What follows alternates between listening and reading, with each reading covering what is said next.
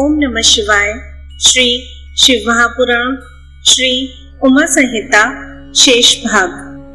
पार्वती जी बोली, हे प्रभु, यदि आप मुझ पर प्रसन्न हैं, तो मुझे यह बताइए कि योगी जन वायु के पद को कैसे प्राप्त करते हैं। यह सुनकर महादेव जी बोले, हे कल्याणी, जिस प्रकार दरवाजे की देहरी पर रखा दीपक घर के अंदर और बाहर दोनों ओर प्रकाश करता है, उसी प्रकार हमारे हृदय के भीतर स्थित वायु भी अंदर और बाहर दोनों ओर प्रकाश करती है। ज्ञान, विज्ञान और उत्साह सभी का मूल वायु ही है। इसलिए जिसने वायु पर अपनी विजय प्राप्त कर ली है, उसे पूरे जगत पर विजय प्राप्त हो जाती है। जिस प्रकार लोहार मुख से फूकनी में फूक भरता हुआ अपने काम में लगा रहता है, उसी प्रकार संत और योगी जन भी अपने अभ्यास में लगे रहते हैं। अभ्यास करते करते जब वे पारंगत हो जाते हैं, तो वे आसन से 10 अंगुल ऊपर उठ जाते हैं। प्राणायाम में सिर एवं भ्रांतियों के साथ गायत्री मंत्र का जाप करते हुए प्राणवायु को रोका जाता है और अंदर स्थित वायु को नाक के रास्ते बाहर फेंका जाता है। इसे करने से बड़ा उत्तम फल मिलता है। योगी जनों को एकांत स्थान पर, जहाँ सूर्य चंद्र का प्रकाश हो, सोना चाहिए। आंखों को उंगलियों द्वारा बंद करके ध्यान मग्न होने पर योगी जनों को ईश्वर की ज्योति के दर्शन होते हैं। जब योगी जनों को इस प्रकार अंधकार में ईश्वर ज्योति के दर्शन हो जाते हैं, तब वह योगी परम सिद्ध हो जाते हैं। उसे अनेक सिद्धियां प्राप्त हो जाती हैं।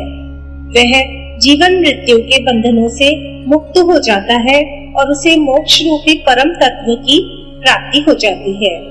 इस प्रकार ध्यान करने वाले योगियों को तुरीय गति प्राप्त हो जाती है। श्री पार्वती जी शिव जी से पूछने लगी कि भगवान, आपने मुझे काल और वचन का वर्णन किया, अब मुझे छाया पुरुष के श्रेष्ठ ज्ञान को बताइए।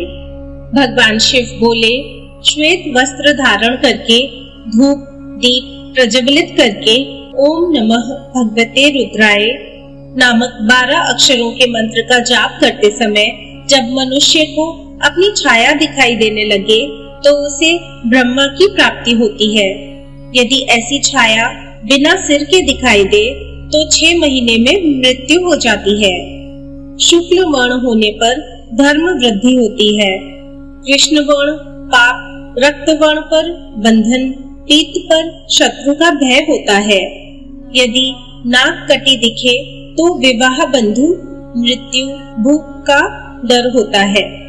इस प्रकार जब मनुष्य को छाया पुरुष दिखाई दे, तो उसे नवाक्षर मंत्र का मन में जाप करना चाहिए। इस प्रकार 1 वर्ष तक इसे जपने से सभी सिद्धियों की प्राप्ति होती है। अब मैं तुम्हें एक गुप्त विद्या के बारे में बताता हूँ। यह विद्या ब्राह्मणों के सिर पर विद्यमान होती है।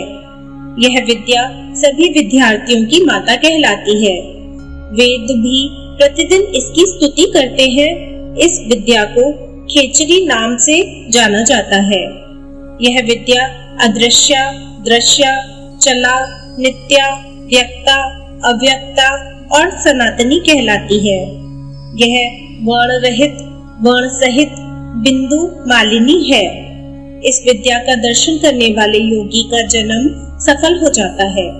इसलिए योगी जनों को अपने ज्ञान और विद्याओं का नित्य अभ्यास करना चाहिए। अभ्यास से सभी सिद्धियां सिद्ध होती हैं। सूत जी बोले, हे ऋषिगण, सत और असत का परम स्वरूप प्रधान पुरुष परमात्मा ही ब्रह्मा जी के रूप में सृष्टि को उत्पन्न करते हैं। वे ही सृष्टि के रचयिता हैं। विष्णु जी इस सृष्टि का पालन और शंकर जी इसका संहार करते हैं। ब्रह्मा जी ने जब सृष्टि की रचना के बारे में सोचा, तो सबसे पहले जल की उत्पत्ति हुई। जल को नरक पुत्र कहा जाता है और जल में नारायण रहते हैं। ब्रह्मा जी ने स्वयं यज्ञ किया और स्वयंभू कहलाए। जल में सर्वप्रथम एक अंडा हुआ जिसके 2 भाग हिरण्यगर्भ ने किए। अंडे के ये 2 भाग आकाश और पृथ्वी हुए। ब्रह्मा जी ने अधोभाग में 14 भुवन, मध्य में आकाश की रचना की। उन्होंने ही जल के ऊपर पृथ्वी की रचना की। आकाश में 10 दिशाओं की रचना हुई। ब्रह्मा जी ने तत्पश्चात मन, वाणी, काम, क्रोध, रूप और रति की भी रचना की। मरीचि, अत्रि, अंगिरा, पुलस्त्य, पुलह, ऋतु, वशिष्ठ, महामुनि तेजस्वी ऋषियों के रूप में विश्व प्रसिद्ध हुए। ये सब ऋषि ही सप्त ऋषि के नाम से जाने जाते हैं और इनका वर्णन सभी पुराणों में किया गया है।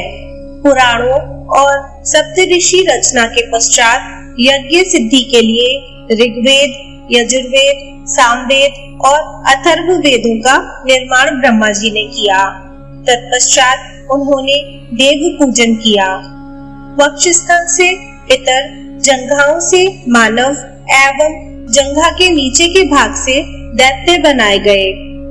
इस प्रकार ब्रह्मा जी ने सारी सृष्टि की रचना पूरी की, परंतु उनकी बनाई गई इस सृष्टि में विकास ना होता देखकर ब्रह्मा जी ने प्रकृति और पुरुष को बनाया, जिन्होंने सृष्टि का निर्माण किया। भगवान नर और नारायण द्वारा बनाई गई सृष्टि प्रजा अमैथुन सृष्टि से उत्पन्न हुई। सूत जी बोले, हे ऋषिगण, इस प्रकार ब्रह्मा जी द्वारा निर्मित सृष्टि का निरंतर प्रसार होने लगा। प्रजापति ने आयोनिजा शतरूपा से विवाह किया। शतरूपा ने 100 वर्षों तक तपस्या करके उन्हें पति रूप में प्राप्त किया। इन्हीं के मनु नामक पुत्र हुए। मनु से 71 मनुओं की रचना मनवंतर संज्ञा कहलाती है। फिर वीरका हुई। इनसे उत्तानपाद की उत्पत्ति हुई। राजा उत्तानपाद का विवाह सुनीति से हुआ। इन्हीं के परम तेजस्वी पुत्र के रूप में ध्रुव पैदा हुआ। ध्रुव ने ब्रह्मा जी की 3000 वर्षों तक कठोर तपस्या करके सप्तऋषियों से भी ऊपर स्थान प्राप्त किया था। पुष्टि और धान्य नामक ध्रुव के 2 पुत्र हुए। पुष्टि की पत्नी सुनत्था थी। उनसे रिपु, रिपुंजय, विप्र, ब्रकल, वृक्ष, तेजा नामक 5 पुत्र पुष्टि को प्राप्त हुए। रिपु से चाक्षुष, पुष्करण पत्नी से चाक्षुष को वरुण नामक पुत्र प्राप्त हुए। सुनीता से अंग को बेन नामक पुत्र की प्राप्ति हुई। बेन के शरीर से ऋषिगण ने मंथन किया। उनके दक्षिण हाथ से राजा प्रथु पैदा हुए, जो भगवान विष्णु के अवतार थे। प्रथु ने पृथ्वी का दोहन किया ताकि प्रजा का हित हो सके। इनके विजिताश्व और हर्षव्य नामक 2 पुत्र हुए। शिखंडिनी ने वीर वर्णिनी से विवाह किया। इनसे प्रजापति की प्राप्ति हुई, जो कि सोम के अंश थे। तत्पश्चात दक्ष ने 2 पैर वाले और 4 पैर वाले जीवों को उत्पन्न किया। हर्षव नामक 10,000 पुत्र उत्पन्न किए, जो महर्षि नारद के वचनों और उपदेशों को सुनकर वैरागी हो गए। फिर ब्रह्मा जी ने शबलाश्व नामक 10,000 पुत्र उत्पन्न किए, जिन्हें नारद जी ने वैरागी बना दिया। यह सब जानकर दक्ष बहुत क्रोधित हुए। क्रोधित दक्ष ने देवर्षि नारद को श्राप दिया, नारद, तुमने मेरे पुत्रों को गलत मार्ग पर डाल दिया है, उन्हें मुझसे दूर कर दिया है, इसलिए तुम भी कहीं चैन से नहीं बैठ सकोगे। तुम्हारा कोई निश्चित ठिकाना नहीं होगा, तुम जगह जगह घूमते रहोगे। पुत्रों के बाद दक्ष की 13 कन्याएं हुई, जिनका विवाह कश्यप, अंगिरा, कृष्णशव एवं चंद्रमा से हुआ। इस प्रकार अनेकों जीवों का निर्माण करने के पश्चात भी ब्रह्मा जी की सृष्टि का विकास नहीं हुआ। तब उन्होंने मैथुनी सृष्टि का सर्जन करने के बारे में सोचा।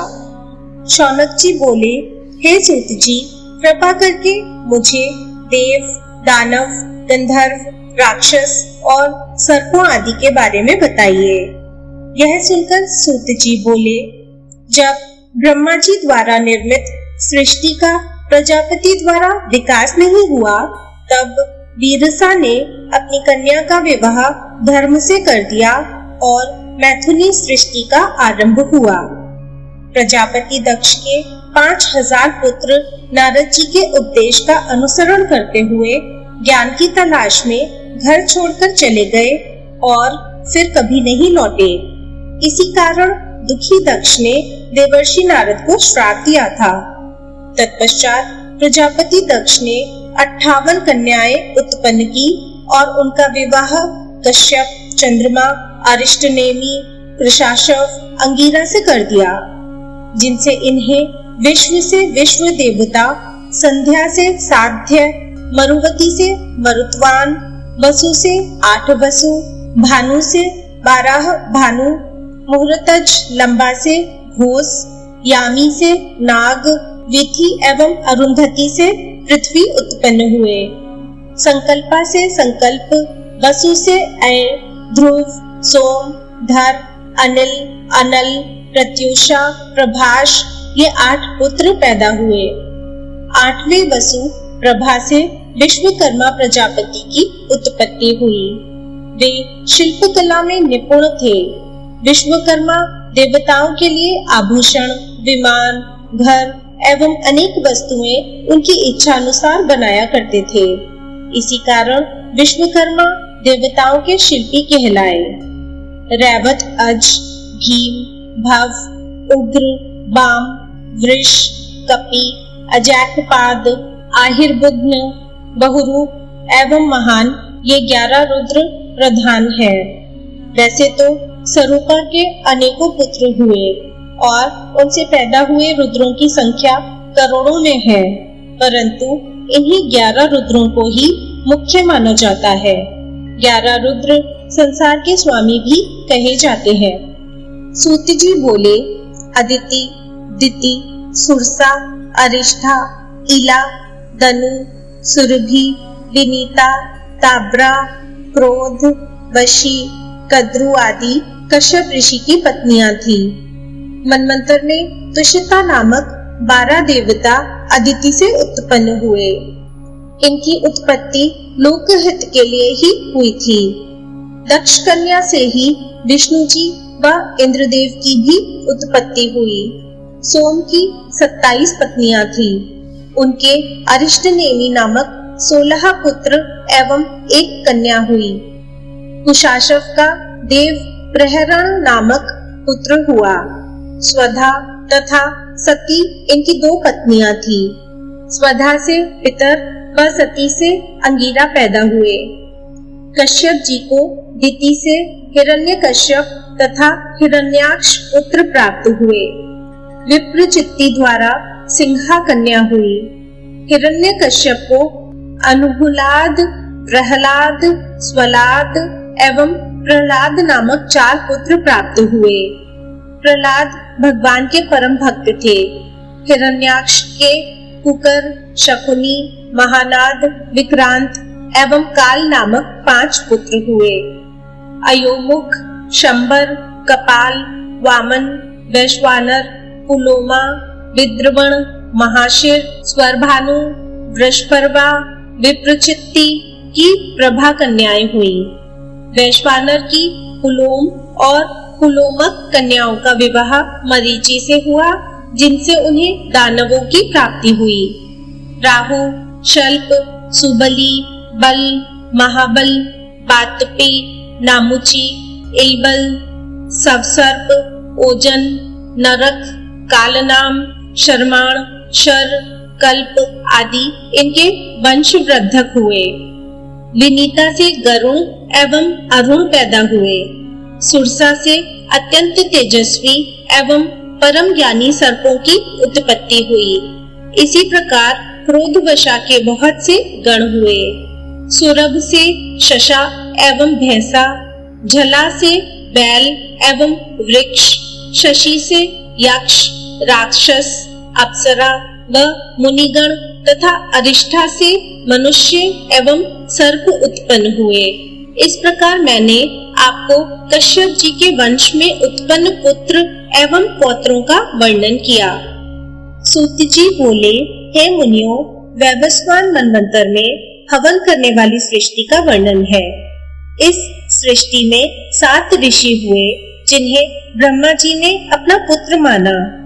दिति ने कश्यप ऋषि की बहुत सेवा की, जिससे प्रसन्न होकर उन्होंने दिति को वरदान मांगने के लिए कहा। वरदान में दिति ने इंद्र को मारने वाला पराक्रमी पुत्र मांगा। उनकी इच्छा कश्यप मुनि ने पूरी की। वरदान देकर वे तप करने चले गए।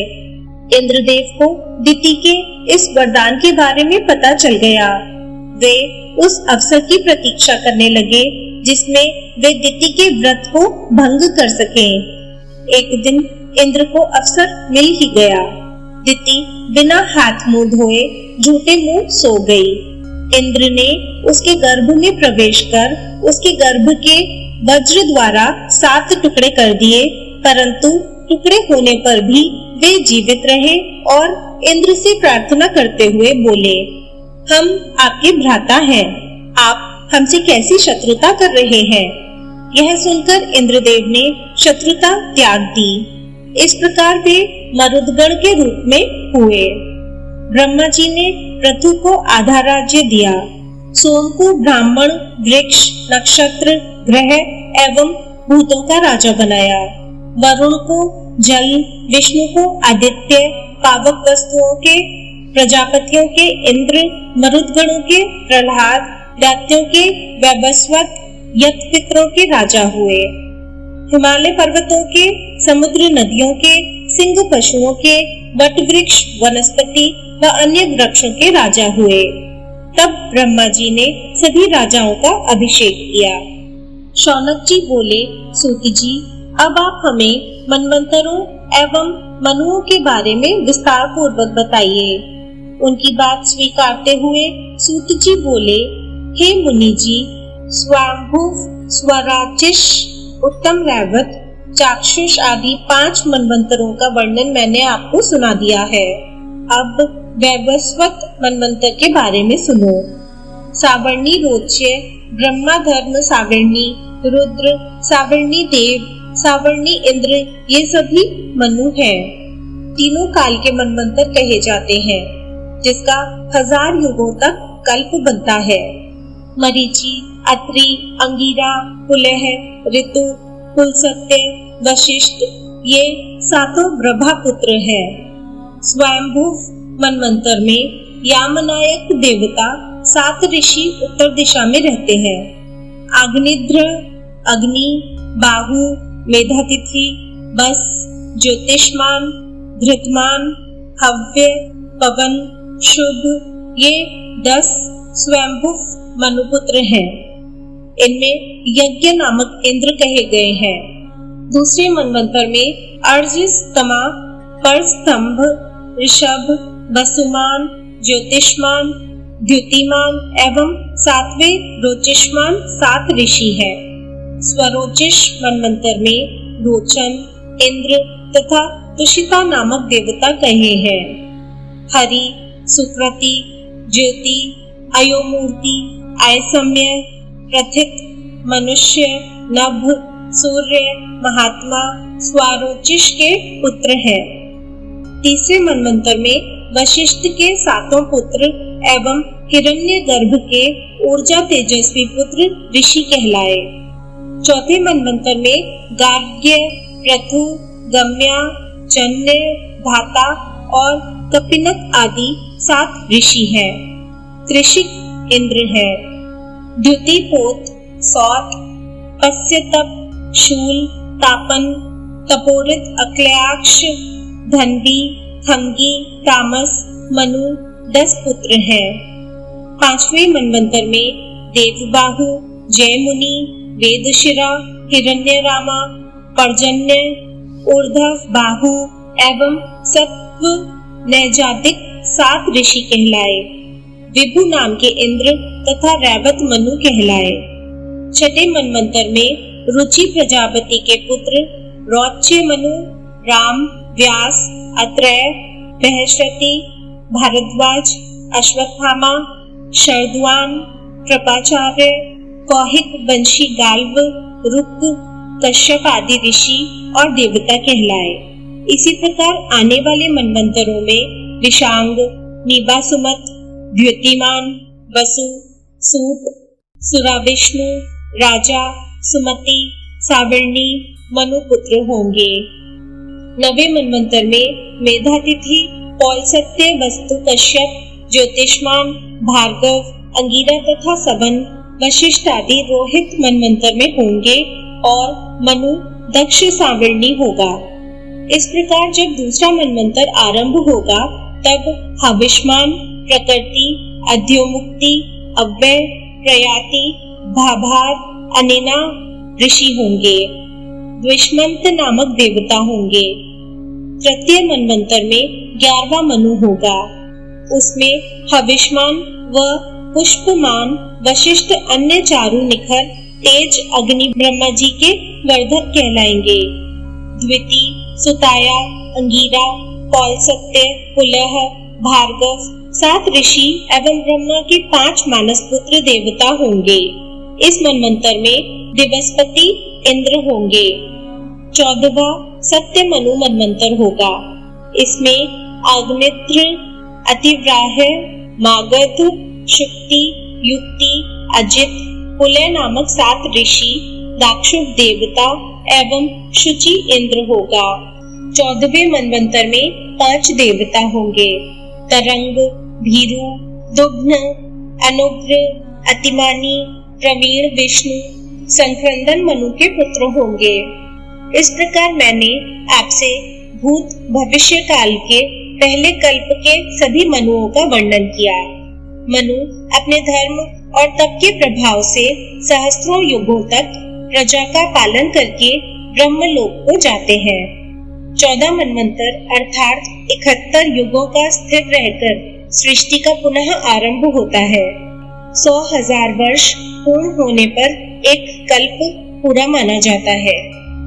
सूची बोले, कश्यप मुनि को दक्ष कन्या से विवस्वान सूर्य की प्राप्ति हुई। सूर्य की संज्ञा त्वष्ट्री, सूर्यक्षुणा नामक 3 पत्नियां हुई। संज्ञा और सूर्य की 3 संतानें हुई। श्राद्ध देव, मनु और प्रजापति यम। यम के साथ यमुना कन्या के रूप में पैदा हुई। उस समय संज्ञा सूर्य के तेज को सहन न कर सकी। अपनी माया रूपी छाया प्रकट कर उसे अपनी संतानों का पालन पोषण करने की आज्ञा देकर संज्ञा अपने पिता के घर चली गई। उसके पिता ने उसे इस प्रकार आया देखकर धिक्कारा तो संज्ञा वहां से वापस आ गई। घोड़ी का वेश धारण करके वह कुरु देशों का भ्रमण करने लगी। इधर सूर्य ने संज्ञा की छाया को ही अपनी पत्नी माना। उससे उन्हें सावर्णी मनु नामक पुत्र प्राप्त हुआ। छाया को अपने पुत्र से अधिक प्यार था। वह संज्ञा की संतानों का सही से ध्यान नहीं रखती थी। एक दिन यम को किसी बात पर क्रोध आ गया और उसने छाया को लात मार दी।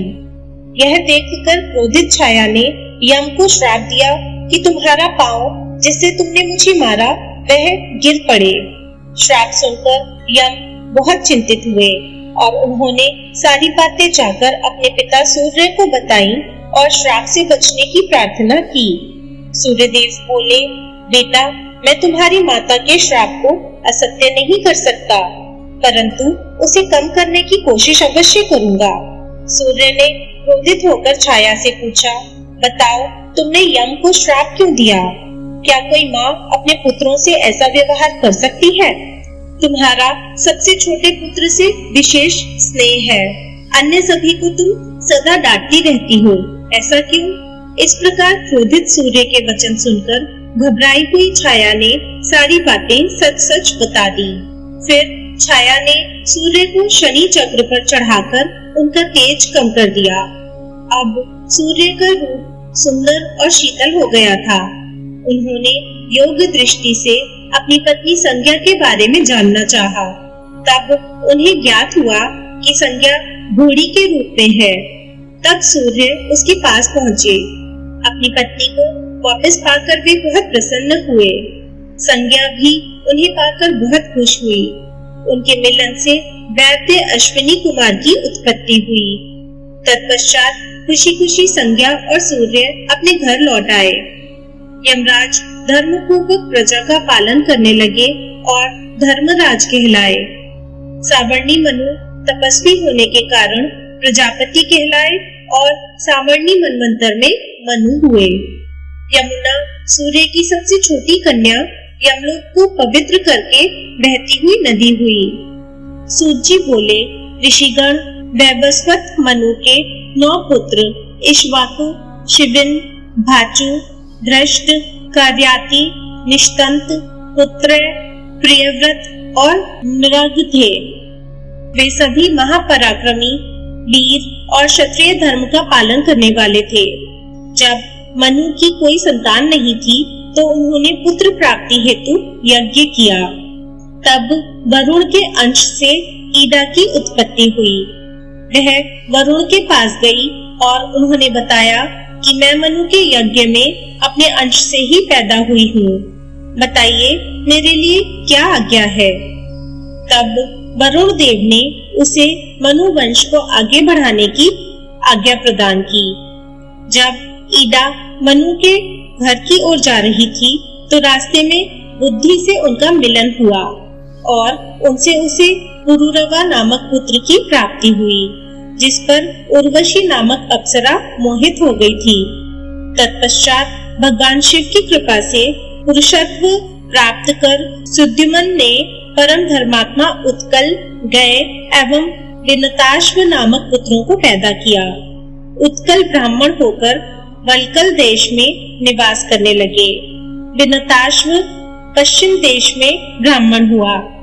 आनति पुत्र रैन्य रैभ्य नाम से जग प्रसिद्ध हुआ। उसका निवास कुश स्थली में हुआ था। उनके 100 पुत्र एवं कुकुदमी सबसे श्रेष्ठ कन्या हुई। इसकी कन्या के रूप में सुंदरी रेवती पैदा हुई। रेवती के बड़े होने पर कुकुदमी को उसकी विवाह की चिंता हुई। उन्होंने ब्रह्मा जी से रेवती के वर के बारे में जानना चाहा। तब ब्रह्मा जी बोले, हे कुकुदमी, 28वें द्वापर में भगवान श्री कृष्ण अपने कुटुंबियों सहित द्वारिकापुरी में निवास करेंगे। वहाँ उनके भाई और वसुदेव जी के पुत्र बलदेव से तुम रेवती का विवाह करना। वही रेवती के लिए सर्वथा योग्य वर है। ब्रह्मा जी के कथानुसार कुकुदमी ने रेवती का विवाह बलदेव जी से किया। स्वयं वे सुमेरु पर्वत पर जाकर तपस्या करने लगे। बलदेव के 100 पुत्र हुए। श्री कृष्ण जी को भी अनेकों पुत्रों की प्राप्ति हुई। वे सभी सारी दिशाओं में जाकर अनेक स्थानों पर बस गए। सूत जी बोले, मनु के पुत्र वृषहन वशिष्ठ जी के आश्रम में रहने लगे। उन्होंने उन्हें गौ रक्षा के काम में लगा दिया। एक रात बाघ ने गौशाला पर आक्रमण कर दिया। गायों की रक्षा के लिए वृषहन तलवार लेकर गौशाला में चले गए और अंधेरे के कारण उनके बाड़ से गाय कट गई और बाघ भाग खड़ा हुआ। सुबह जब उन्होंने गाय को मरा देखा तो सारी बातें गुरुजी को बताई। यह सब जानकर वशिष्ठ जी ने उसे शूद्र होने का श्राप दे दिया। तब दुख और शोक में डूबे वृषहन ने अपने शरीर को जला दिया। सूत जी बोले, ऋषिगण, मनु जी की नाक से इक्ष्वाकु पैदा हुआ था और उसकी 100 संतानें हुई, जिनमें सबसे बड़ा विकुक्षी अयोध्या का राजा बना। उसने एक दिन वन में शश को खा लिया था। उसी दिन से वह शशाद नाम से प्रसिद्ध हुआ। अयोध्या के पुत्र का नाम ककुत्स्था था। अरि नाम उसका पुत्र हुआ। इसी प्रकार आदि नाम के प्रथु, प्रथु के विश्वराट, विश्वराट के प्रजापति इंद्र, उनके युग्नाश्व, युग्नाश्व के कुबलाश्व, इंद्र के पुत्र युग्नाश्व द्वारा प्रजापति श्राव हुए। इन्होंने श्रावस्तीपुरी बसाई। कुशलाश्व के 100 पुत्र हुए थे। उन्होंने अपना राज्य पुत्रों को सौंप दिया और स्वयं वन को चले गए। मार्ग में उन्हें उन तक मुनि मिले। मुनि बोले, राजन, मेरे आश्रम के पास ही धुंध नामक दानव रहता है। वह महावीर और पराक्रमी है। उसने उग्र तपस्या आरंभ कर दी है, जिसके बल पर वह तीनों लोगों का विनाश करना चाहता है। आप उसका वध करके इस जगत का कल्याण करें। मुनि की बात सुनकर कुशलाश्व बोले, मुनिराज, मैं तो शस्त्रों को त्याग चुका हूँ, इसलिए आपका यह कार्य मेरा पुत्र करेगा। यह कहकर उन्होंने यह कार्य अपने पुत्र को सौंप दिया। तब उनका पुत्र धुंध को मारने पहुंचा। धुंध ने उनको अपनी ओर आता देखकर उन पर आक्रमण कर दिया। तब कुशलाश्व पुत्र ने बहादुरी से युद्ध कर धुंध का वध कर दिया। उन तक ऋषि ने उसे अपराजित रहने एवं अक्षय धन प्राप्ति का वर प्रदान किया। उनके पुत्रों में द्रोणाशव का हर्ष, हर्यशव का निकुंभ एवं गृहताशव, प्रशाशव एवं हेमवती कन्या उत्पन्न हुई। उनके प्रसेनजित नामक पुत्र हुआ। प्रसेनजित ने अपनी पत्नी को श्राप दे दिया था, जिसके अनुसार वह बहुधा नाम की नदी बनी। पुरुपुत्स का पुत्र जयारुणी और सत्यव्रत उसका पुत्र हुआ। उसे अधर्मी समझकर उसके पिता ने उसे त्याग दिया। तब वह चांडालों के साथ रहने लगा। इसी अधर्मी के कारण इंद्र ने 12 वर्षों तक वर्षा नहीं की। तत्पश्चात विश्वामित्र ने अपनी पत्नी का त्याग कर दिया और तपस्या करने लगे। उनकी पत्नी ने अपने पुत्र का गला बांधकर उसे 100 गायों के बदले बेच दिया। सत्यव्रत ने ही उसे बचाया। गला बांधने के कारण उसका नाम गालव हुआ। सूतजी बोले, ऋषिगण, सत्यव्रत ने विश्वामित्र की पत्नी और पुत्र का पालन पोषण किया। एक दिन की बात है, राजकुमार ने मांस खाने की जिद की। तब सत्यव्रत ने महर्षि वशिष्ठ की एक गाय को मारा और तीनों ने उसे खा लिया। जब महर्षि वशिष्ठ को पता चला तो वे बहुत क्रोधित हुए। उन्होंने सत्यव्रत को त्रिशंकु होने का श्राप दे दिया। इधर जब विश्वामित्र लौटे तो उन्हें पता चला कि उनकी अनुपस्थिति में सत्यव्रत ने ही उनके पुत्र और पत्नी का ध्यान रखा, तो वे बहुत प्रसन्न हुए। महर्षि विश्वामित्र ने सत्यव्रत के पिता का राज्य उसे दिला दिया। यज्ञ द्वारा उसे सीधे स्वर्ग पहुंचा दिया। सत्यव्रत की पत्नी सत्यरथा थी और उनके पुत्र हरिश्चंद्र राजा हुए। उनके पुत्र रोहित, रोहित के पुत्र व्रक और व्रक के पुत्र बाहु हुए। राजा बाहु ने ऋषि औरव के आश्रम में ताल जंघाओं से रक्षा पाई थी। इसी जगह जहर सहित पुत्र पैदा हुआ। उसका नाम सगर था। सगर ने भार्गव ऋषि से आग्नेय नामक अस्त्र की शिक्षा ग्रहण की थी। उसने है ताल जंघाओं को मारकर पूरी पृथ्वी पर विजय प्राप्त की। तत्पश्चात शकबंटू, पारद, तगड़, खश नामों आदि देशों में धर्म स्थापन किया। उन्होंने अश्वमेध यज्ञ किया और संस्कार द्वारा घोड़े को पवित्र कर छोड़ दिया। तब देवराज इंद्र ने घोड़े को पाताल में छिपा दिया। सगर पुत्रों ने घोड़े की तलाश में उस स्थान की खुदाई की। खुदाई करते करते वे कपिल जी के आश्रम में पहुंच गए। उनके शोर से कपिल मुनि ने आंखें खोली। उनकी आंखों के तेज की अग्नि से 60,000 सगर पुत्र भस्म हो गए। इनमें हर्ष, केतु, सुकेतु, धर्मरथ और शूरवीर पंचजन ही उस क्रोधाग्नि से बच पाए। इन्हीं के द्वारा सगर वंश आगे बढ़ा। शौनक जी पूछने लगे, हे सूत जी, आपने राजा सगर के 60,000 पुत्रों के बारे में बताया। अब कृपा करके यह बताइए कि उनके 60,000 पुत्र किस प्रकार हुए।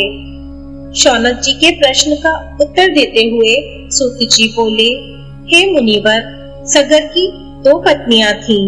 उनकी पहली पत्नी ने ऋषि औरव से 60,000 पुत्रों का वरदान मांगा था। वरदान को सिद्ध करते हुए उनके 60,000 पुत्र हुए। रानी ने उन पुत्रों को मटकों में रख दिया।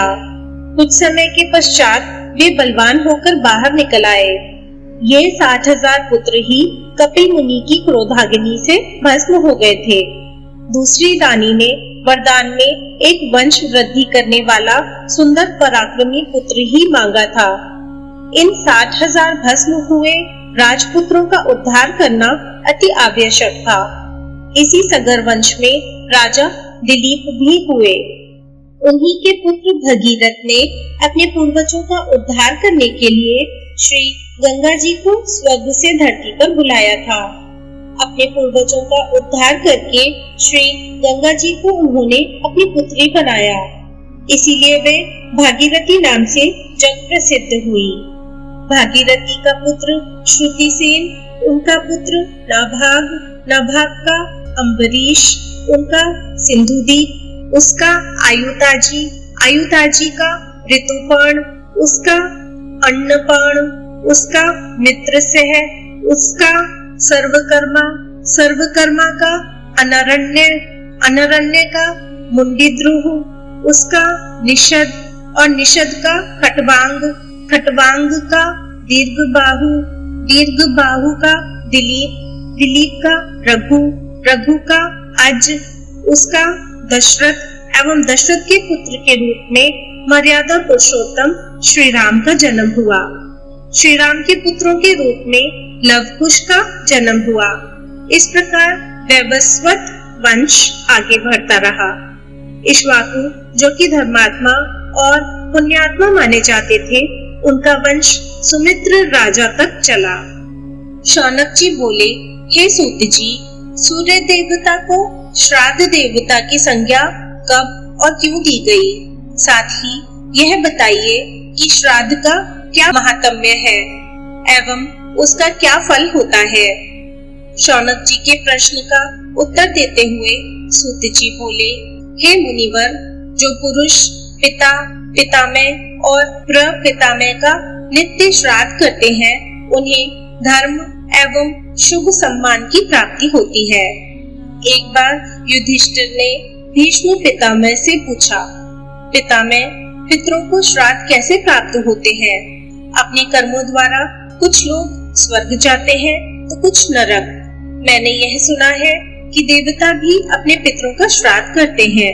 क्या ये सच है? युधिष्ठिर के वचन सुनकर भीष्म पितामह बोले, पुत्र, एक दिन मैंने अपने पिताजी को पिंड दान किया तो वे सामने प्रकट हो गए और कहने लगे कि पिंड को मेरे हाथ पर रख दो, परंतु मैंने उसे कुश पर रख दिया। यह देखकर वे बोले, पुत्र, तुम बहुत धर्मज्ञ हो। तुम पर प्रसन्न होकर मैं तुम्हें इच्छा मृत्यु का वरदान देता हूँ। तुम्हें तुम्हारी इच्छा के विरुद्ध कोई मार नहीं सकेगा। अपने पिता से वरदान पाकर मैं प्रसन्न हुआ और मैंने उनसे एक प्रश्न किया कि मुझे पितृकल्प के विषय में बताइए। यह सुनकर वे बोले, पुत्र, यही प्रश्न मैंने भी ऋषि मार्कंडेय से पूछा था। तब उन्होंने कहा, एक दिन मैंने एक विमान में एक बालक को सोते हुए देखकर उसे पूछा कि आप कौन हैं? तब वह बालक बताने लगा कि मैं ब्रह्मा जी का पुत्र सनत कुमार हूँ। सातों ऋषि मेरे भाई हैं। तुमने मेरे दर्शनों के लिए ही तपस्या की थी, इसलिए मैं यहाँ प्रकट हुआ हूँ। कहो, क्या चाहते हो? मार्कंडेय जी बोले, स्वामी, पितरों का स्वर्ग क्या है? कृपा कर उसका वर्णन कीजिए। सनत कुमार जी बोले, मुनिवर, ब्रह्मा जी ने देवताओं की रचना करके उन्हें भजन और तपस्या करने का आदेश दिया। देवता ब्रह्मा जी को भूलकर आत्म मंथन करने लगे। इस कारण रुष्ट होकर ब्रह्मा जी ने उन्हें संज्ञाहीन और मूढ़ होने का श्राप दे दिया। श्राप सुनकर वे बहुत दुखी हुए और हाथ जोड़कर ब्रह्मा जी से क्षमा याचना करने लगे।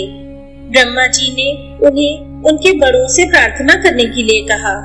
वे उनके पास जाकर ज्ञान के बारे में पूछने लगे।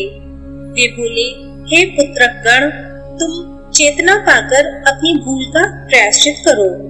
उनकी बात सुनकर देवता पुनः ब्रह्मा जी की शरण में गए और पूछने लगे कि आप हमें बताइए कि उन्होंने हमें पुत्र क्यों कहा। तब ब्रह्मा जी बोले, हे देवताओं, तुम्हें पुत्र कहने वाले देव तुम्हारे पितर होंगे। तभी से वे देव पुत्र पितरों के नाम से जग प्रसिद्ध हुए। सनत कुमार जी बोले, हे मार्कंडेय जी, स्वर्ग में पितरों के 7 गण हैं, जिनमें 4 मूर्त और 3 अमूर्त हैं।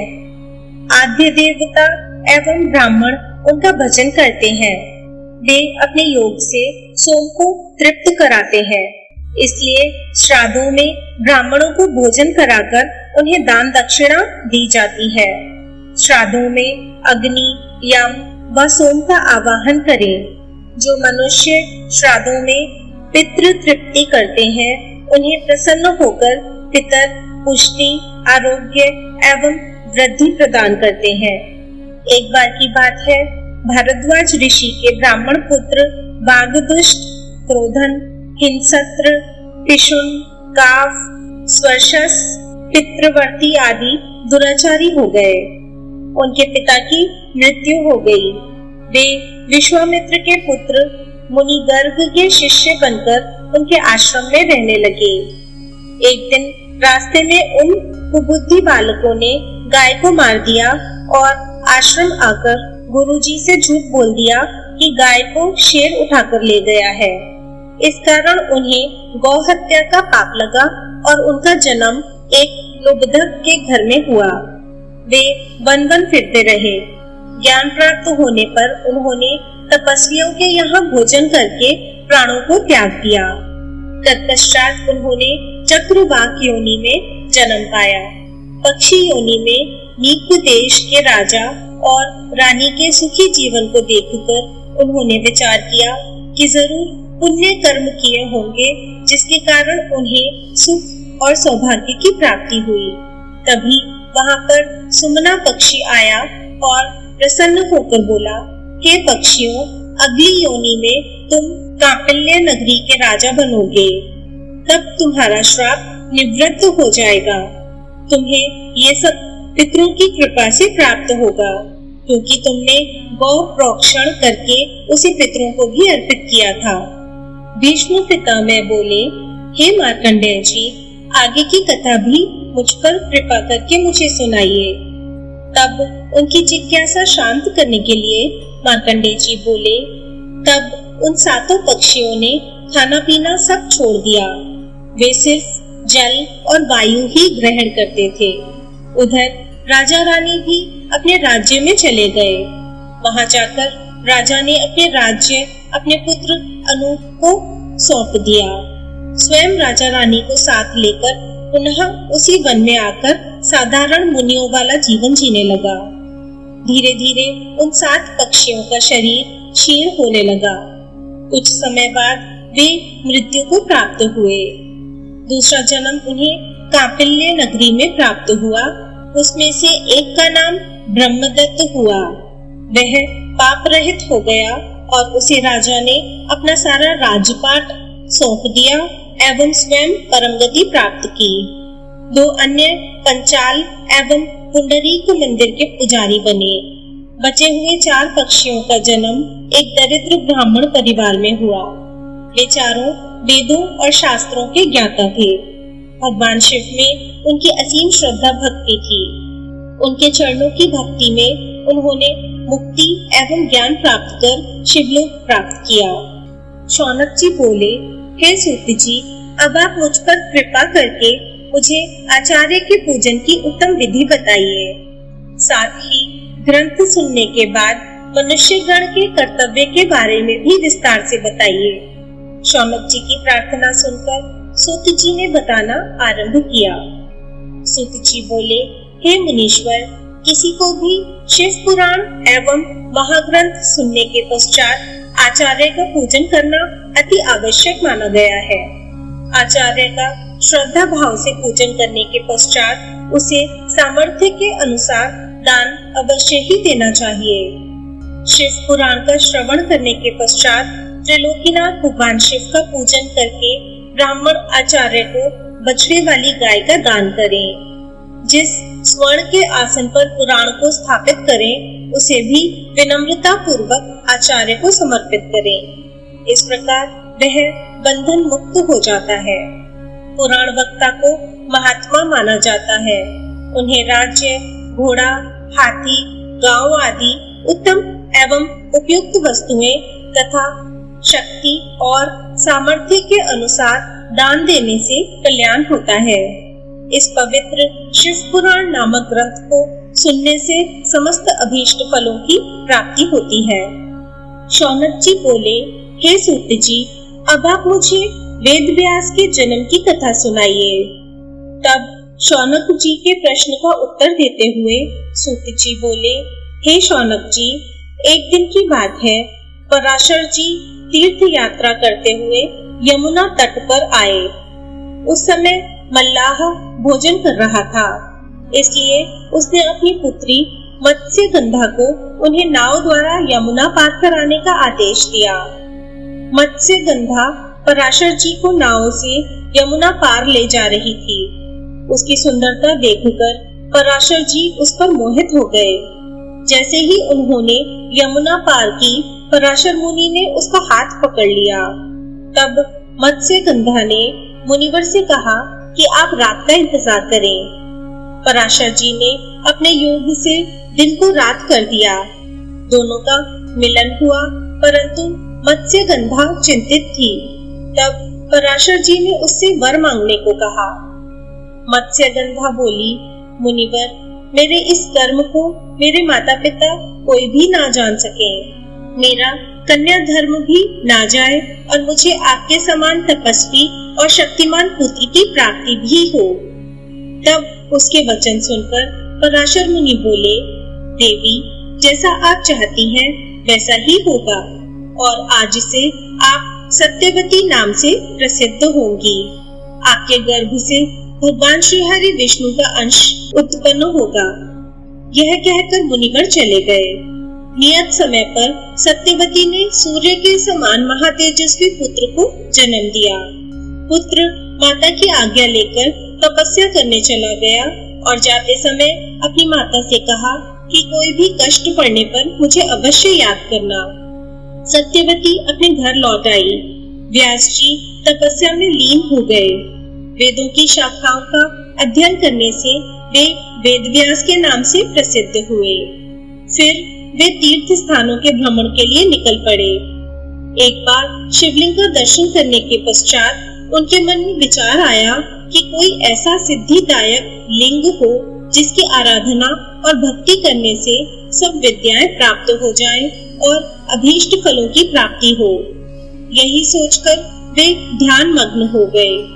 तभी उन्हें ज्ञात हुआ कि धर्म, अर्थ, काम और मोक्ष देने वाले अति मुक्त महाक्षेत्र में मध्येश्वर लिंग स्थित है। वेद व्यास जी ने गंगा में स्नान करके व्रत आरंभ कर दिया। उन्होंने भोजन त्याग दिया। वे पहले फलाहारी रहकर पूजन करने लगे, फिर उन्होंने सिर्फ जल ही ग्रहण किया। फिर उन्होंने सिर्फ हवा को ग्रहण करते हुए अपना पूजन आरंभ किया। तत्पश्चात उन्होंने निराहारी रहकर भगवान शिव की उत्तम तपस्या की। उनकी इस दुस्सह साधना से शिव जी प्रसन्न हुए और वेद व्यास जी को दर्शन दिया। देवादिदेव महादेव जी को साक्षात अपने सामने पाकर वेद व्यास जी उनकी स्तुति करने लगे। वे बोले, हे देवादिदेव, कल्याणकारी शिव, आप मन और वाणी से अगोचर हैं।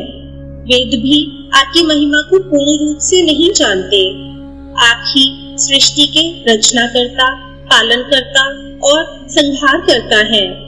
हे सर्वशक्तिमान ईश्वर, आप ही जन्म मरण, देश, कुल आदि से रहित हैं। आप ही त्रिलोक के स्वामी हैं। इस प्रकार व्यास जी ने शिव जी की स्तुति की। प्रसन्न होकर शिव जी बोले, हे व्यास जी, तुम मनचाहा वर मांगो। तब व्यास जी बोले, स्वामी आप तो सर्वज्ञ सर्वेश्वर हैं, आपसे कुछ भी छिपा नहीं है। तब त्रिलोकीनाथ भगवान शिव बोले, मुनिवर मैं तुम्हारे कंठ में स्थित होकर तुम्हारी इच्छा के अनुसार इतिहास एवं महापुराणों की रचना करूंगा। तुम्हारे द्वारा प्रयोग में लाए गए स्तुति अष्टक का जो भी शिवलिंग के सामने बैठकर 1 वर्ष तक तीनों काल में मेरी स्तुति करेगा, उसकी सभी मनोकामनाएं अवश्य पूर्ण होंगी। यह कहकर महादेव जी अंतर्ध्यान हो गए। भगवान शिव की कृपा से वेद व्यास जी ने ब्रह्मा, पद्म, विष्णु, शिव, भागवत, भविष्य, नारद, मार्कंडेय, अग्नि, ब्रह्म वैवर्त, लिंग, वाराह, कूर्म, मत्स्य, गरुण, वामन, ब्रह्मांड आदि 18 महापुराणों की रचना की। ये सभी पुराण पुण्य और यश देने वाले हैं। इनको श्रद्धा पूर्वक भक्ति भावना से पढ़ने अथवा सुनने से मुक्ति प्राप्त होती है तथा समस्त पाप नष्ट हो जाते हैं। सूत जी बोले, हे मुनीश्वर, अब मैं आपको जगत जननी माता उमा के विषय में बताता हूँ। स्वारोचिष नामक मनवंतर में विरथ नाम के एक राजा हुए हैं। उनका सुरथ नामक पुत्र बहुत वीर और पराक्रमी था। वह महादानी भी था। वह देवराज इंद्र के समान पराक्रमी था। उसके राज्य में प्रजा बहुत सुखी थी। एक बार उस पर 9 राजाओं ने एक साथ आक्रमण कर दिया। युद्ध में उसे हराकर उसके राज्य पर अपना कब्जा कर लिया। सुरथ घोड़े पर सवार होकर वन को चला गया। वन में राजा सुरथ ने एक सुंदर आश्रम देखा। वहां पर सभी जीव जंतु शांत वातावरण में विचरण कर रहे थे। आश्रम में स्वागत पाकर राजा वहीं रहने लगा। एक दिन की बात है, राजा सुरथ मन ही मन यह विचार करने लगा कि मैं अपने दुर्भाग्य के कारण अपना राज्य खो बैठा हूँ। सुरथ यह सोच ही रहा था, तभी आश्रम में एक वैश्य आया। वह आकर राजा के पास ही बैठ गया। उसे दुखी देखकर राजा ने उसके दुख का कारण जानना चाहा। तब वह वैश्य आंखों में आंसू लिए बोला, राजन, मैं समाधि नामक वैश्य हूँ। मैं एक अत्यंत धनी कुल में उत्पन्न हुआ हूँ, परंतु मेरे पुत्र पौत्रादि ने धन के लालच में ही मुझे घर से बाहर निकाल दिया है।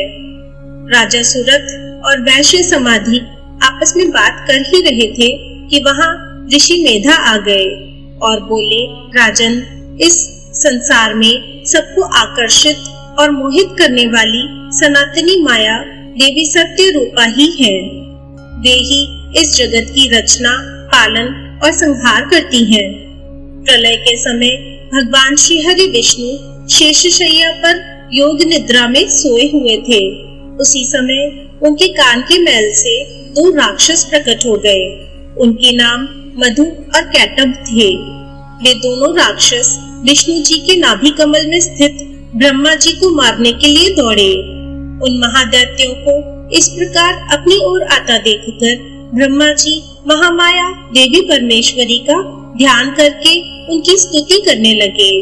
वे बोले, हे महामाया, हे शरणागतों की रक्षा करने वाली देवी, इन महादैत्यों से मेरी रक्षा कीजिए। मैं आपको बारंबार प्रणाम करता हूँ।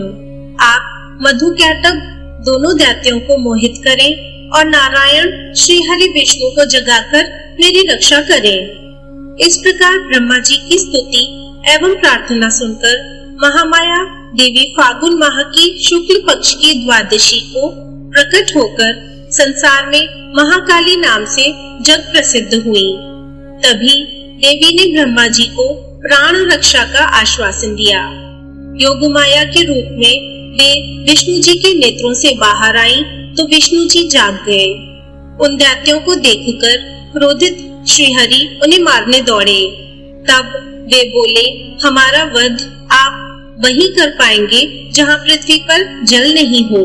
तब भगवान विष्णु ने मधु और कैटभ नामक दोनों महादैत्यों को अपनी जंघाओं पर लिटाकर अपने सुदर्शन चक्र से उनका सिर काटकर ब्रह्मा जी की रक्षा की। ऋषि बोले, दैत्यों के कुल में जन्मे महादैत्य रंभासुर का महिषासुर नामक पुत्र महावीर और पराक्रमी था। उसने समस्त देवताओं को युद्ध में परास्त करके स्वर्ग पर अपना अधिकार स्थापित कर लिया। तब सभी देवता दुखी होकर ब्रह्मा जी और विष्णु जी को अपने साथ लेकर भगवान शिव के पास पहुँचे। उन्होंने भगवान शिव को सारी बातें विस्तार पूर्वक सुनाई। सारी कथा सुनने के उपरांत क्रोधित भगवान शिव की आंखों और मुख से एक दिव्य तेज उत्पन्न हुआ। उस तेज में सब देवताओं ने अपना अपना तेज मिलाया, जिससे देवी महामाया जगदम्बा का प्रादुर्भाव हुआ। उन्हें देखकर देवताओं की प्रसन्नता की कोई सीमा न रही। सबने देवी को अनेक आयुध एवं आभूषण भेंट किए। ब्रह्मा जी, विष्णु और शिव जी सहित समस्त देवताओं की अनेकों शक्तियां ग्रहण करने के पश्चात देवी ने जोर का अट्टहास और गर्जना की। देवी की गर्जना से धरती, आकाश और पाताल गूंज गए। उस गर्जना को सुनकर देव शत्रु दैत्यों ने अपने अपने हथियार उठा लिए। देखते ही देखते देवी जगदम्बा दैत्यों से युद्ध करने पहुंच गयी। दैत्यों और देवी के बीच घोर संग्राम होने लगा। देवी जगदम्बा ने शूल, शक्ति, तोमर आदि अस्त्रों से लाखों दैत्यों का विनाश कर दिया। पराक्रमी देवी को देखकर दैत्य सेना भयभीत होकर इधर उधर भागने लगी। तब महिषासुर ने आकर देवी जगदम्बा को ललकारा। उसने तलवार लेकर देवी के वाहन सिंह पर आक्रमण कर दिया।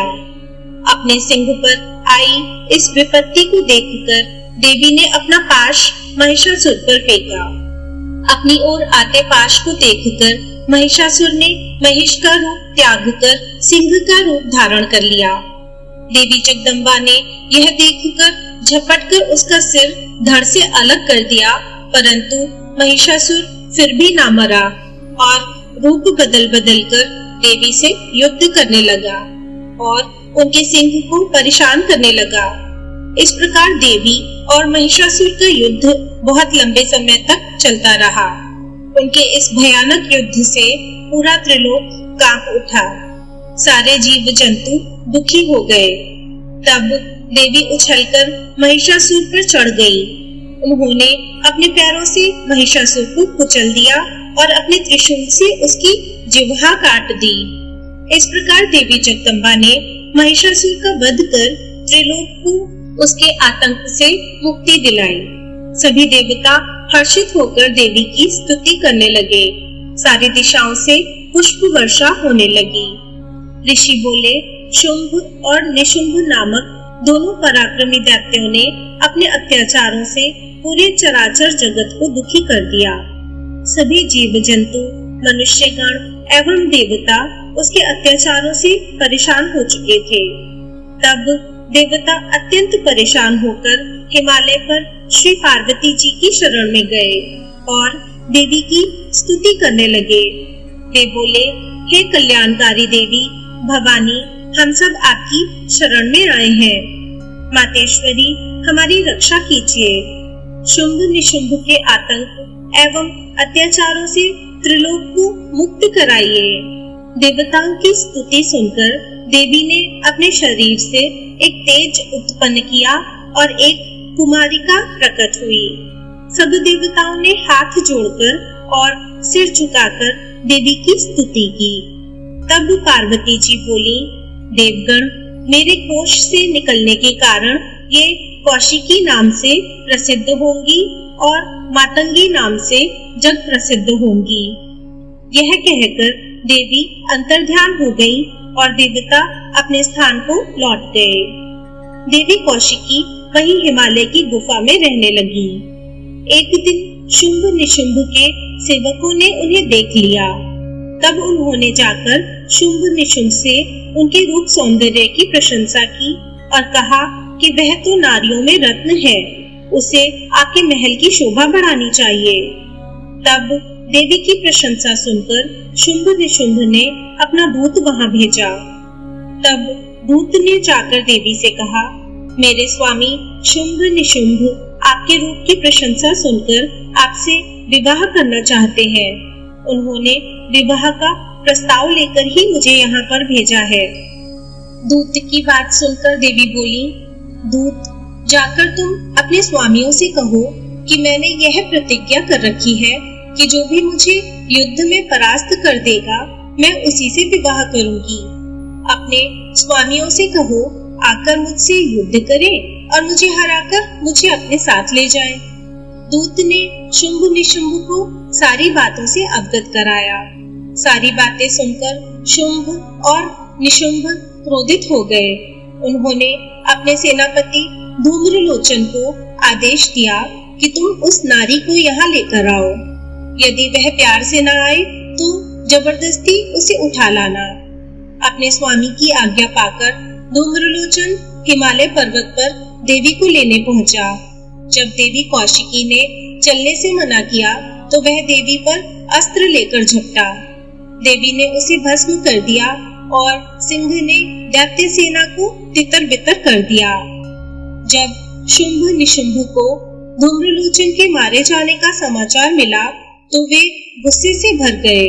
उन्होंने चंड मुंड और रक्त बीज को देवी को लाने वहां भेजा और आदेश दिया कि यदि वह ना आए तो उसका वध कर देना। वे दैत्य देवी के पास गए और बोले, सुंदरी, तुम प्रेम पूर्वक शुंभ निशुंभ में से किसी को भी अपना पति बना लो और खुशी से राज्य करो। यह सुनकर देवी बोली, हे दैत्यों, मैं तो सूक्ष्म प्रकृति हूँ। ब्रह्मा विष्णु सहित सभी देवता मेरी आराधना और स्तुति करते हैं। यदि तुम में शक्ति है तो मुझे युद्ध में हराकर जहाँ चाहो ले जा सकते हो। देवी, यदि आप ऐसा ही चाहती हैं तो ठीक है। यह कहकर दैत्यों ने देवी पर बाणों की वर्षा करनी शुरू कर दी। तब क्रोधित देवी ने अपने खड्ग से चंडमुंड और रक्त बीज का वध कर दिया। राजा ने कहा, चंडमुंड और रक्त बीज के मारे जाने पर शुंभ निशुंभ ने क्या किया?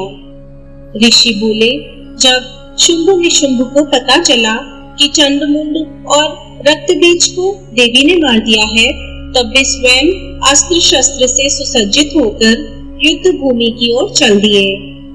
जब देवी कौशिकी ने देखा कि शुंभ और निशुंभ अपनी सेना के साथ युद्ध करने आ रहे हैं, तो उन्होंने घंटा बजा दिया। इस ध्वनि को सुनकर देवी का सिंह गर्जना करने लगा। देवी ने भी धनुष हाथों में लेकर बाणों की वर्षा आरंभ कर दी। जब शुंभ और निशुंभ ने देवी कौशिकी के अद्भुत रूप सौंदर्य को देखा, तब देवी को देखकर वे बोले, हे सुंदरी, आप इस कोमल शरीर के साथ युद्ध करेंगी?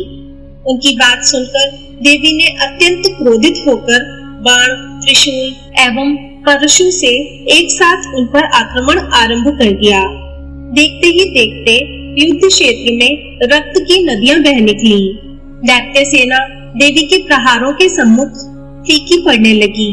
दैत्य इधर उधर भागने लगे। अपनी विशाल सेना को इस प्रकार भयभीत होकर इधर उधर भागते हुए देखकर निशुंभ देवी के सम्मुख जाकर बोला, देवी, यदि युद्ध करना ही है तो मुझसे करो। बेचारे सिपाहियों को क्यों मार रही हो? यह कहकर निशुंभ ने देवी पर बाण वर्षा शुरू कर दी। देवी ने भी उत्तर में बाण वर्षा आरंभ कर दी। उन्होंने अपने बाणों से निशुंभ के सभी अस्त्र शस्त्र काट दिए। तब उन्होंने विष बुझे बाणों से निशुंभ को मार गिराया। अपने भाई निशुंभ को इस प्रकार देवी के हाथों मरते देखकर शुंभ स्वयं देवी से युद्ध करने आगे आया। उसे सामने देखकर चंडिका देवी ने भयानक अट्टहास किया, जिसे सुनकर दैत्य सेना भयभीत हो गई। तब शुंभ ने प्रज्वलित शक्ति से देवी पर आक्रमण किया। देवी ने अपने बाणों से उसके टुकड़े टुकड़े कर दिए और हाथ में त्रिशूल लेकर उसे शुंभ की छाती में भोंक दिया। तत्पश्चात घायल शुंभ देवी को मारने के लिए दौड़ा, परंतु देवी ने चक्र से उसका सिर काट दिया। यह देखकर अन्य दैत्य पाताल लोक को चले गए। ऋषियों ने पूछा, हे सूत जी, अब आप हमसे देवी उमा के अवतार एवं प्रादुर्भाव की कथा का वर्णन कीजिए। तब ऋषियों के प्रश्न का उत्तर देते हुए सूत जी बोले, एक बार की बात है, देवताओं की युद्ध में विजय हुई। विजयी होकर देवताओं को बहुत घमंड हो गया और वे अपनी बहादुरी की बहुत प्रशंसा करने लगे। तभी एक कूप के रूप में तेज प्रकट हो गया। उस तेज को एकाएक देखकर देवता घबरा गए। देवराज इंद्र ने उस तेज की परीक्षा लेने के लिए सर्वप्रथम वायुदेव को वहां भेजा। वायुदेव उस तेज की परीक्षा लेने के लिए वहां पहुंचे। उन्होंने तेज के पास आकर पूछा, तू कौन है?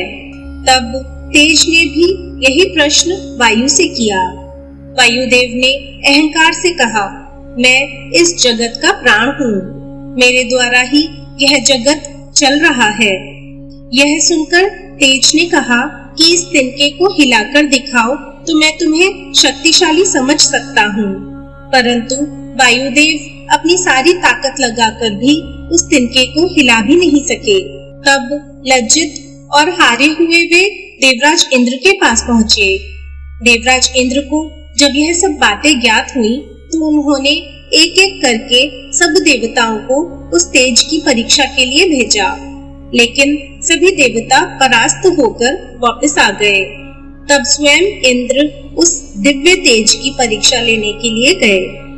जैसे ही इंद्र उस स्थान पर पहुंचे, वह तेज अंतर्ध्यान हो गया। यह देखकर देवेंद्र आश्चर्यचकित रह गए।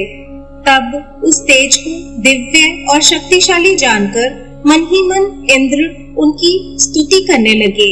वे बोले, मैं आपकी शरण में आया हूँ, कृपा कर मुझे दर्शन दो। चैत्र मास के शुक्ल पक्ष की नवमी के मध्य का समय देवी उमा ने प्रकट होकर देवराज इंद्र को दर्शन दिए। वे बोली, हे देवराज इंद्र, ब्रह्मा, विष्णु और शिव भी मेरी स्तुति करते हैं, अन्य देवता भी मुझे पूजते हैं। मैं परम ब्रह्म प्रणव स्वरूप देवी हूँ। मेरी ही कृपा से तुम्हें विजयश्री प्राप्त हुई है, इसलिए अपने अभिमान और घमंड को त्याग कर मेरा स्मरण करो। यह कहकर देवी शांत हो गयी। यह सुनकर देवताओं ने देवी उमा की स्तुति करनी आरंभ कर दी। देवता बोले, हे महामाया, हे जगदम्बा, आप हमें क्षमा करें। हम दोनों हाथ जोड़कर आपकी शरण में आए हैं। हमसे जो गलती हो गई है उसे भूलकर हम पर अपनी कृपा दृष्टि रखें। यह कहकर देवता देवी माँ की स्तुति करने लगे। सूत जी बोले, ऋषिगण, एक बार की बात है, एक महापराक्रमी रुद्र के पुत्र दुर्गम ने ब्रह्मा जी की कठोर तपस्या की। उसने ब्रह्मा जी से वरदान में वेद प्राप्त कर लिए। वह अपने को महाशक्तिशाली समझने लगा और वह देवताओं को कष्ट देने लगा। उसने पृथ्वी पर उपद्रव करने आरंभ कर दिए। वेदों के न रहने पर सारी क्रियाएं चली गईं। ब्राह्मणों ने धर्म का त्याग कर दिया। प्रजा पर यह संकट आया हुआ देखकर सभी देवता देवी उमा की शरण में गए। देवता स्तुति करते हुए बोले, हे महादुर्गे, हे जगदम्बिके, जिस प्रकार आपने शुंभ निशुंभ का वध करके हमारी रक्षा की, उसी प्रकार इस दुष्ट का भी वध करके अपने शरणागतों की रक्षा करो। इस प्रकार देवताओं की स्तुति सुनकर देवी की आंखों से आंसू बहे। तब उस जल की धाराओं से धरती पुनः हरी भरी हो गई।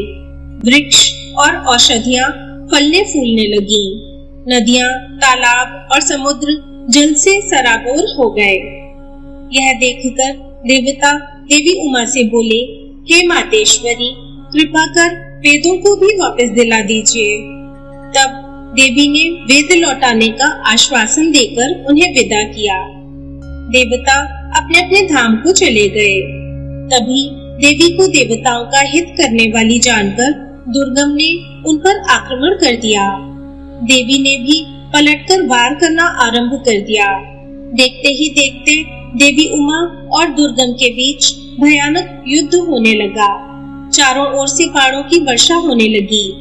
उस समय देवी उमा बहुत क्रोधित हुई।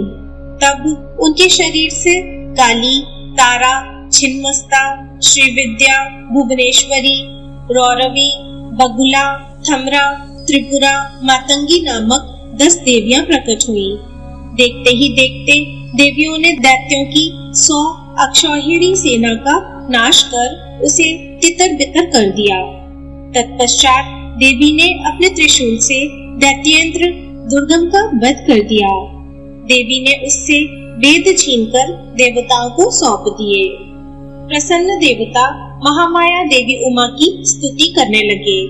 देवता बोले, हे मातेश्वरी, आपने हमारी रक्षा के लिए अनंताक्षी भय रूप रखा, इसलिए आप शताक्षी नाम से जग प्रसिद्ध होंगी।